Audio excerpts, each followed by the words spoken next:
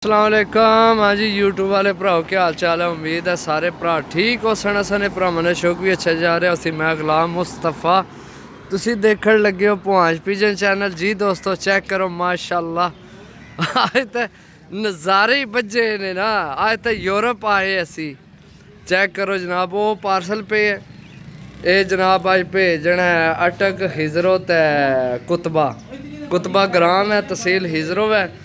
ਤੇ ਇਹ ਨਾਲ ਜਨਾਬ ਸਾਗ ਹੈ। ਕਿਸੇ ਭਰਾ ਕੀ ਆਖੇ ਅਸੀਂ ਸ਼ਹਿਰ ਤੇ ਗੰਦਲਾ ਨਾ ਸਾਗ ਹੈ ਤੇ ਮੈਂ ਆਖਿਆ ਵੀ ਉਸ ਵਾਸਤੇ ਸਾਗ ਵੀ ਲੈ ਜਾਈਏ। ਤੇ ਕਿਸੇ ਹੋਰ ਭਰਾ ਜਨਾਬ ਸਾਗ ਸ਼ਾਗ ਖਾਣਾ ਹੋਵੇ ਸਰੀ ਉਹਨਾਂ ਜਮਾਨਾ ਜਿਹੜਾ ਵੀ ਖਾਣਾ ਹੋਵੇ ਤੇ ਜਨਾਬ ਆ ਸਕਦੇ ਹੋ। ਸਾਡੇ ਇਲਾਕੇ ਵਿੱਚ ਸਾਗ ਬਹੁਤ ਹੈ ਤੇ ਯਕੀਨ ਕਰੋ ਐਸਾ ਜ਼ਾਇਕਾ ਕਿ ਤੁਸੀਂ ਪਰੇਸ਼ਾਨ ਹੋ ਜਾਓ। ਬਾਕੀ ਚੈੱਕ ਕਰੋ ਜਨਾਬ ਇਹ ਭੁਆਂਜ ਦਾ ਸਟਾਪ ਹੈ ਰਾਜਾ यासर चिप बस स्टॉप सही है। दोस्त खलोते हैं ये भी शहर जाने वास्ते और रिक्शा जा रहे हैं। तो अज तो हालात बड़े ही टाइट होए ने तक हूँ गड्डियाँ आई तो नज़र कोई नहीं आमना। ये ऑप्शन तो पता लग सी है ट्रक ने तको पता ही नहीं लगा ट्रक सड़ने हैं।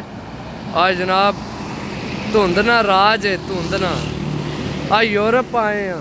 क्यों भाई आज लगना है ना भी इंग्लैंड बैठे हैं क्या बात यही गल आज इंग्लैंड बने और गड्डी निकल नहीं गई। वैसे सी बुकिंग वाली सी पक्की चेक करो जी दोस्तों।